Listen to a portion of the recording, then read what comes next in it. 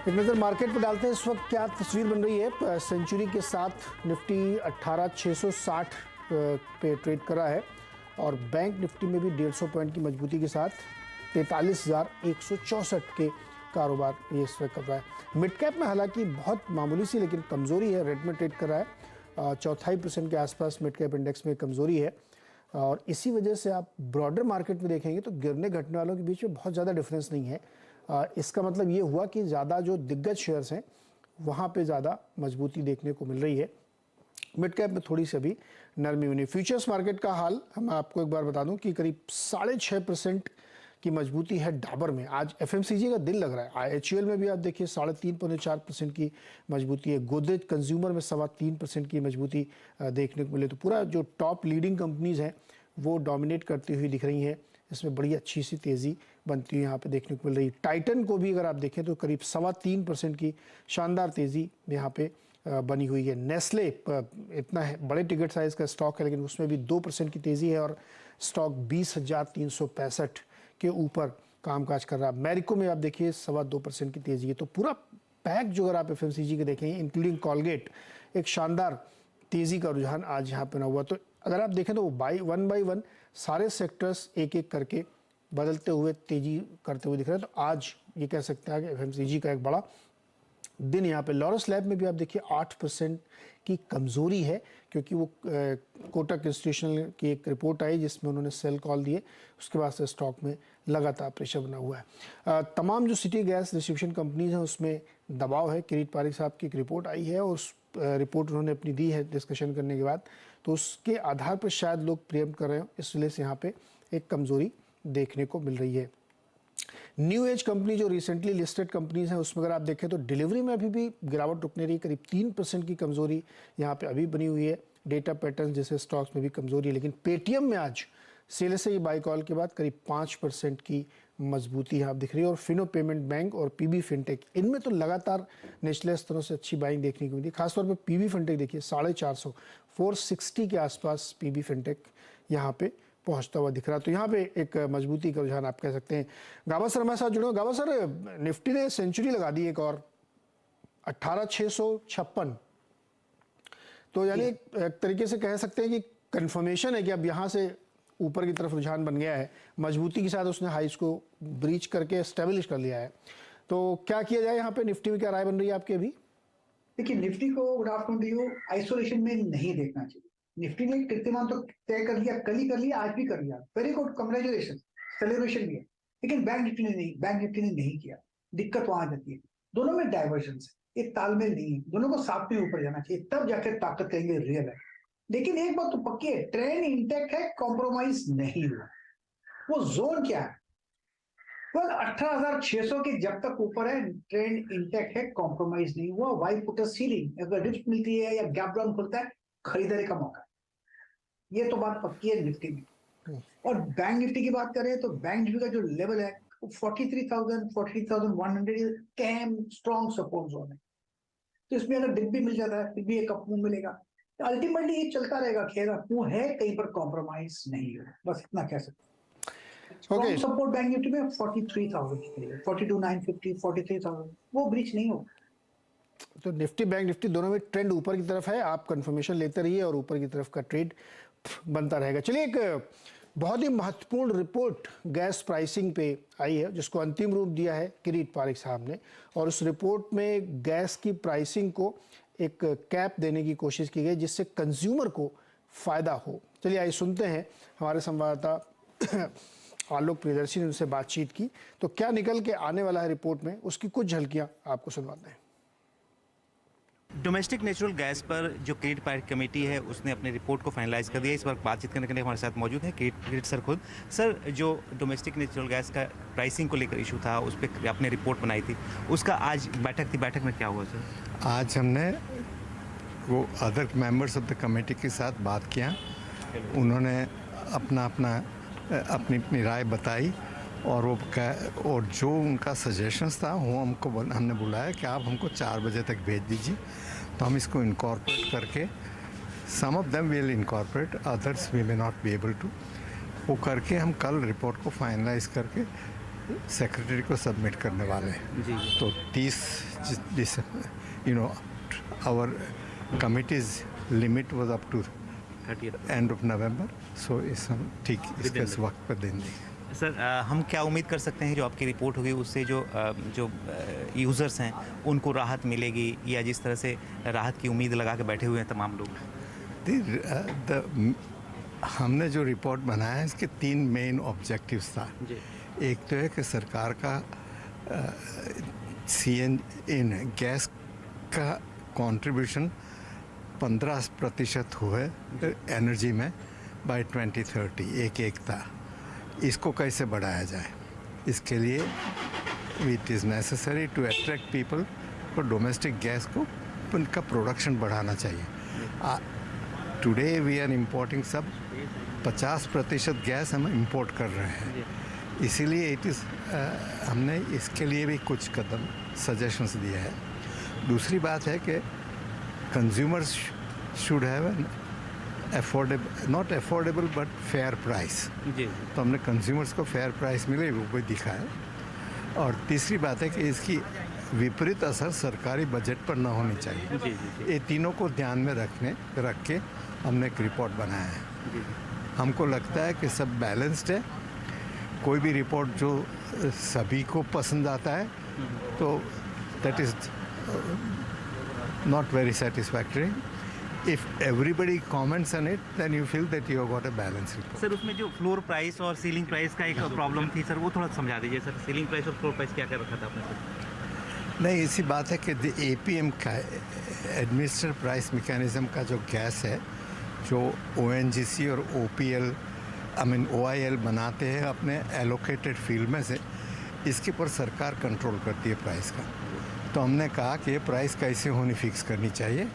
इसके लिए हमने एक लोअर प्राइस बताई और एक अपर बताई। लोअर प्राइस तो ये कहती है कि जो सरकार OPM, OIL एंड ONGC का मार्जिनल कॉस्ट ऑफ प्रोडक्शन है वो तो कवर करना चाहिए, इसके लिए एक फ्लोर प्राइस दिया है। और अपर प्राइस हमने इसलिए लिया है कि we don't want to disturb the market as it is, and so इसलिए कुछ अपर प्राइस के लिए भी हमने क्या है सर अपर प्राइस क्या है सर? नहीं, ये बताएंगे। अपर प्राइस क्या है ये आपको रिपोर्ट के खुलासे में पता चलेगा, लेकिन सुबह हम लोगों ने एक खबर चलाई थी सोर्सेस के हवाले से कि $4 से $6.5 की रेंज होगी। नीचे साइड में $4, ऊपर साइड में $6.5 पर MMBTU होगा, इसी के बीच में प्राइसिंग होगी। ये एक फार्मूला उन्होंने दिया। और टोटल जो एनर्जी कंजम्पशन है हिंदुस्तान का, उसमें से 15% शेयर डोमेस्टिक होना चाहिए, इसके उपाय भी बताए गए हैं। तो कल रिपोर्ट को सबमिट कर देंगे सरकार को, तब देखते हैं वहाँ से क्या निकल के आता। तो एक बहुत ही महत्वपूर्ण खबर है जिसपे हम लोगों ने आपको दिखाया। और इसका असर किस पे पड़ेगा, तो जो सिटी डिस्ट्रीब्यूशन गैस कंपनीज हैं या जो ONGC है, OIL है, इनके ऊपर इसका असर पड़ेगा। चलिए अब जो आज का शो है KYC के, हम लोग उस पर बातचीत करते हैं। आज हम जो अपनी सीरीज़ है कमाई की शनाई, उसमें आज हम बात करेंगे रेमंड ग्रुप के CFO अमित अग्रवाल जी से। अमित जी, बहुत बहुत स्वागत है आपका CNBC आवाज़ पर। और चूँकि ये जो मौसम इस वक्त चल रहा है शादियों का, ये बहुत ही ज़बरदस्त होता है आप लोगों के लिए ख़ास तौर पे, और ना कंप्लीट मैन और लोग जाते हैं शूटिंग वूटिंग लेने के लिए वहीं से। तो बताइए कैसा जा रहा है आपका वेडिंग सीजन? ये मैंने सुना कि बड़ी 30-32 लाख शादियाँ यहाँ से लेकर के अगले 1-2 महीने के अंदर। जी बिल्कुल। पहली बात तो थैंक यू मुझे बुलाने के लिए अपने शो पर। और जहाँ तक शादी का सवाल है, आपने बिल्कुल सही बताया कि इस क्वार्टर में नवंबर दिसंबर में करीब करीब 32 लाख शादियां हम एस्टिमेट कर रहे हैं कि इतनी शादियां होंगी। और आगे भी जनवरी फरवरी मार्च में भी करीब करीब 40 से 45 मुहूर्त दिन है जिस दिन शादियां होंगी। तो आप ये भी समझें कि उस क्वार्टर में भी शादियों के बहुत अच्छा देखने को मिलेगा। और शादी होने से, जैसे कि सबको पता है कि अगर इंडिया में शादी होएगी तो रेमंड का सूट तो जरूर आदमी सिलवाता है, रेमंड का कपड़ा जरूर खरीदता है। और अभी तो हम सिर्फ सूट में ही नहीं है, हमारा जो एथनिक्स भी लॉन्च किया है हमने, एथनिक्स बाय रेमंड, जो इंडियन एथनिक वेयर है, उसमें भी हम काफी बड़ा काम कर रहे हैं और उसके भी स्टोर्स खोल रहे हैं, जिससे कि हमारे जो कस्टमर हैं उनको आसानी हो हमारे कपड़े खरीदने में। और ये चीज हम लोगों ने तो काफी दिनों पहले जब हमारा जून जुलाई अगस्त में हमने बुकिंग करी थी अपने सीजन के लिए, तभी देखने को पता चल गया था कि ये साल शादियों का काफी अच्छा रहने वाला है। इसके दो मुख्य कारण हैं। एक तो पिछले 2 साल से देखिए कोविड के कारण लोग शादी नहीं कर पा रहे थे और शादी को सेलिब्रेट नहीं कर पा रहे थे, तो अब शादियां अच्छे से सेलिब्रेट करके अच्छे से लोग आएंगे। और दूसरा जो एनआरआई वेडिंग्स होती है, जो कि दिसंबर में जनरली होती है, वो भी लोग आ नहीं पा रहे थे रिस्ट्रिक्शन के कारण। वो भी हम देख रहे काफी अच्छे से लोग शादी में इंक्रीज कर रहे हैं नंबर बुलाने गेस्ट को। अमित जी, मैं ये जानना चाहूँगा कि चूंकि शॉपिंग लोग कर ही रहे हैं और खुल के कर रहे हैं, तो एवरेज टिकट वैल्यू क्या है? और आपने एथनिक का जिक्र किया, जो जिसमें ये ऑर्गेनाइज या लिस्टेड प्लेयर हम कहें तो बहुत कम है, 1 ही 2 हैं, और बहुत बड़ा मार्केट अनऑर्गेनाइज्ड है। तो उस मार्केट में आपकी पकड़ कितनी बनी है और उसमें भी एवरेज टिकट वैल्यू क्या है? ये बिल्कुल, पहले तो मैं बताना चाहूंगा कि देखिए ये जो एवरेज टिकट वैल्यू है, अगर हम प्री कोविड से शुरू करें कंपैरिजन करना, तो प्री कोविड से पोस्ट कोविड में जो अभी इस हाल फिलहाल देख रहे हैं, वो करीब करीब 25 से 30% की एवरेज टिकट वैल्यू बढ़ गई है। तो इसमें क्या हो रहा है कि जैसा हम लोगों ने देखा है कि जो रिकवरी अपने देश में आई है या ग्लोबली आई है, वो के कर्व की रिकवरी आई है। तो जिन लोगों के पास पॉसिबिलिटी है स्पेंड करने की, वो ज्यादा स्पेंड कर रहे हैं। और मैं आपको इतना बताना चाहूंगा, जो हमारे 1500 रुपए मीटर से ऊपर के कपड़े हैं, उसमें बहुत ही अच्छी बिकवाली देखने को मिल रही है। काफी लोग खरीद रहे हैं उस, यहाँ तक कि ये सिचुएशन ऐसी हो गई है कि जो हमारा टेलरिंग का है, जो कि एक 15 दिन का नॉर्मली टेलरिंग का समय होता था एक सूट को सिलवाने का, वो बढ़ के प्रेशर इतना बढ़ गया है और ये हैंड स्टिच्ड होता है सारा, वो 15 से बढ़ के 25 दिन तक पहुंच गया है। तो एक तो वो काफी अच्छा देखने को मिल रहा है और डिमांड देखने को मिली। दूसरी तरफ जहां तक आपने एथनिक्स का सवाल किया, बिल्कुल सही बात है कि एक बहुत बड़ा सेक्टर है अनऑर्गेनाइज में, जो कि धीरे धीरे ऑर्गेनाइज सेक्टर में मूव कर रहा है। और सबसे बड़ी हमारे पास जो स्ट्रेंथ है, हमारे पास 600 शहरों में करीब करीब 1450 दुकानें हैं। वो दुकानों के थ्रू हम बेच पाते हैं अपना एथनिक्स, और हमने करीब करीब 40 स्टोर एथनिक्स के एक्सक्लूसिव ईबीओस हमने खोले हुए हैं एथनिक्स के, जिसमें काफी अच्छी हमको सेल्स देखने को मिल रहे हैं। और हमारा प्लान है कि इस साल के एंड तक अनदर 60 स्टोर्स हम खोल देंगे, जो कि आगे 3 साल में करीब करीब हम 300 से 400 एथनिक्स के स्टोर खोलेंगे। तो ओवर द पीरियड आप देखेंगे कि जो अनऑर्गेनाइज सेक्टर के लोग हैं, जब हमारे ब्रांडेड रेमंड के एथनिक्स आएंगे मार्केट में, कस्टमर को मिलेगा, अच्छे प्राइस पॉइंट पे मिलेगा with good quality of fabric, तो वो हमारी तरफ नेचुरली उनका अट्रैक्शन बढ़ेगा। एथनिक में प्राइस पॉइंट आपका क्या होता है जनरली? सर क्या हुआ? एथनिक जो आपका है उसमें प्राइस पॉइंट क्या होता है? कितना, क्या रेंज क्या होती है प्राइस पॉइंट की? हाँ जी, देखिए कुर्ते तो 3000 से भी शुरू हो जाते हैं। जहां तक शेरवानी का सवाल है, क्योंकि हम शादी की चर्चा कर रहे हैं, तो शेरवानी जो दूल्हे के लिए होती है, वो करीब करीब 22 से 25 हजार से शुरू होकर ऊपर 70-75 हजार रुपए तक जाती है। सर हाँ, तो ये वाला जो एथनिक वाला है, इसमें एक सवाल मन में आता है कि जो कि ये सीजनल होता है ना, मान लीजिए शादी के सीजन में तो बहुत सारी बनी, तो इसमें अनसोल्ड इन्वेंट्री बचती है क्या? और अगर बचती है तो उसको क्या करते हैं आप लोग?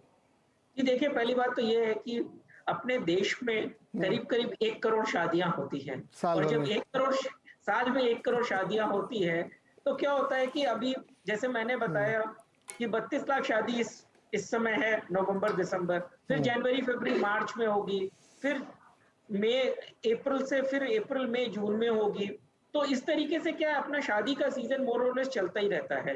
और जो कलेक्शन होता है वो हम बहुत स्पेसिफिकली बनाते हैं, डिपेंड करता है कि किस एरिया के लिए बना रहे हैं। साउथ का कलेक्शन बहुत डिफरेंट होता है, नॉर्थ का कलेक्शन बहुत डिफरेंट होता है, बहुत रिच वेडिंग्स के लिए कलेक्शन बहुत डिफरेंट होता है, मिडिल क्लास के लिए बहुत डिफरेंट होता है। तो इस तरीके से हमारा जो कलेक्शन है वो काफी डिफरेंट रखते हैं, एक्सक्लूसिवली रखते हैं, जो which caters to the demand of the consumer।